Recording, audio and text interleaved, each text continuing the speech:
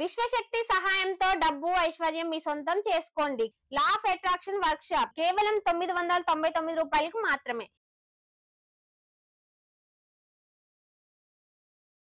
Hi hello నమస్తే, నేను శిల్ప.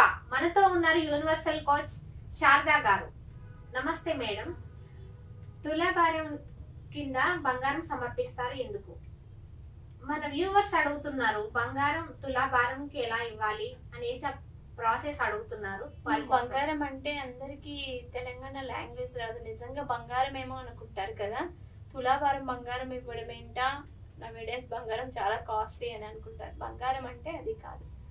బంగారం ఉన్న వాళ్ళు తులాభారం ఇస్తే ఇంకా మంచిది. ఆ దేవుళ్ళు ఎవరో ఆ గుళ్ళు రూపురేఖలు మారిపోతాయి, అది వేరే విషయము. బంగారం అంటే బెల్లం. ఇప్పుడు సమ్మక్క సారలమ్మ మేడారం జాతర ఇలాంటివన్నీ జరిగే చోట కిలోలు కొద్ది బంగారం సమర్పించుకుంటూ ఉంటారు. అక్కడ బెల్లం అనే వర్డ్ యూజ్ చేయరు, బంగారం అనే యూజ్ చేస్తారు. కాబట్టి కొన్ని ప్రాంతాల వాళ్ళకి బంగారం అని తెలుసు, కొంతమందికి బెల్లం అని తెలుసు. కాబట్టి మనకు అందరికీ తెలిసిన విషయంగా బెల్లంగానే మనం పరిగణిద్దాం. ఈ బెల్లాన్ని మనము ఎవరైతే చాలా మందికి ఏవి అనుకున్నా సక్సెస్ తొందరగా రాదు. కొంతమందికి అర్లీ ఏజ్లో సక్సెస్ వచ్చేస్తుంది, కొంతమందికి ఎండింగ్లో సక్సెస్ వస్తుంది. మేము ఎంతో కష్టపడుతున్నాం మేడం, ఎంతో ఎవరికి మేము హాని చేయట్లేదు, కానీ మాకు ఏవి కలిసి రావట్లేదు.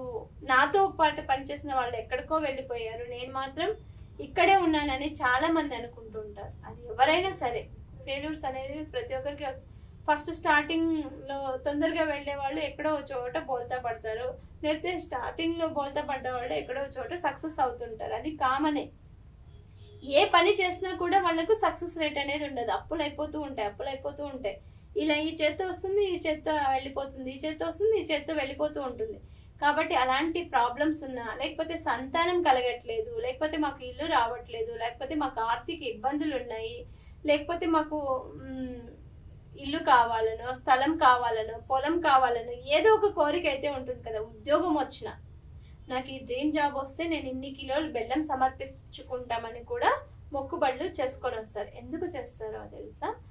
మనం ఆ బెల్లాన్ని మనం సమర్పిస్తే ఆ బెల్లంతో ప్రసాదం చేసి ఎన్నో వేల మందికి అన్నదానం చేస్తూ ఉంటారు.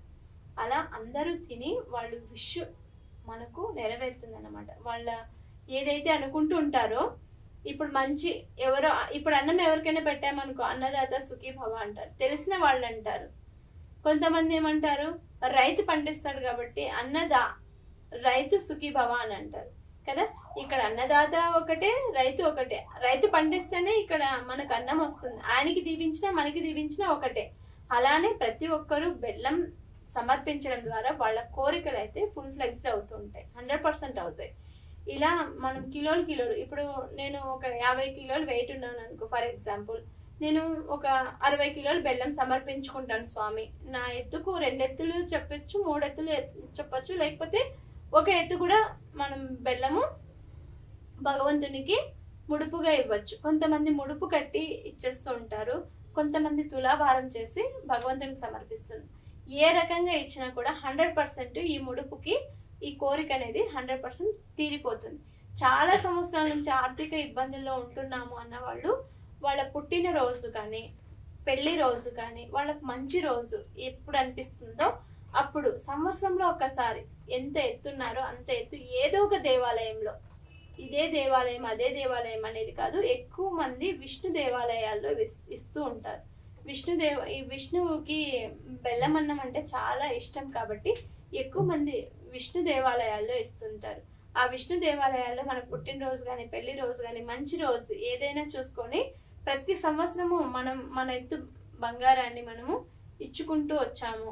ఇప్పుడు నాకు నా ఎత్తు బంగారం ఇచ్చే శక్తి ఉంది, కొంతమందికి లేదు అనుకోండి, 1 కిలో కానీ 5 కిలోలు కానీ అలా బెల్లం తీసి మనం టెంపుల్కి ఇచ్చేస్తాం అనుకో, మనలో ఉన్న ఏదైతే నెగిటివిటీ వల్ల మనకి ఏ పనులు అనుకుంటే జరగట్లేదో ఆ నెగిటివిటీ అంతా వెళ్ళి పాజిటివిటీ వచ్చి మనకి రోజు రోజుకి ధనాకర్షణ జనాకర్షణ అన్నీ అనేటివి జరుగుతాయి. మనం అనుకున్న కోరికలు ముందు సంవత్సరంతో కంపారిజన్ చేస్తే ఈ సంవత్సరం అనేది ఇంకా మన గ్రోత్ లో రిజల్ట్ అనిపిస్తుంది. మళ్ళీ నెక్స్ట్ ఇయర్ అనిపిస్తుంది, అవును నేను అక్కడ భగవంతునికి బెల్లం సమర్పించడం వల్ల నాకు మంచి జరిగింది, నెక్స్ట్ ఇయర్ కూడా ఇవ్వాలి అనే ఆలోచన అయితే మనలో ఈ బెల్లం రేకెత్తిస్తుంది అన్నమాట. అంటే అంత పవర్ ఉంటుంది దీనికి, నిలవ దోషం ఉండదు. కాబట్టి భగవంతునికి ప్రియమైనది, మనకు చదువు రావాలన్నా గణేశునికి కూడా మనము కిలోలు కిలోలు బెల్లం ఇచ్చి వస్తూ ఉంటాం. ప్రతి విషయానికి బెల్లం అనేది ఒక మంచి రెమెడీ.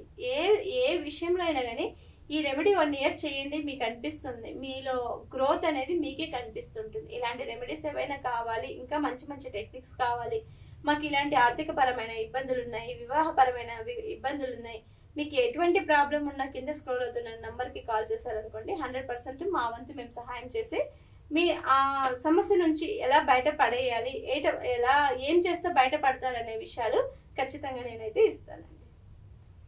చూసారు కదండి, తులాభారం గురించి మనకి ఎన్నో డౌట్స్ ఉంటూ ఉంటాయి. ఆ డౌట్స్ అన్ని మనకి క్లియర్ చేసి మంచి సమాచారాన్ని ఇచ్చారు. ధన్యవాదాలు మేడం.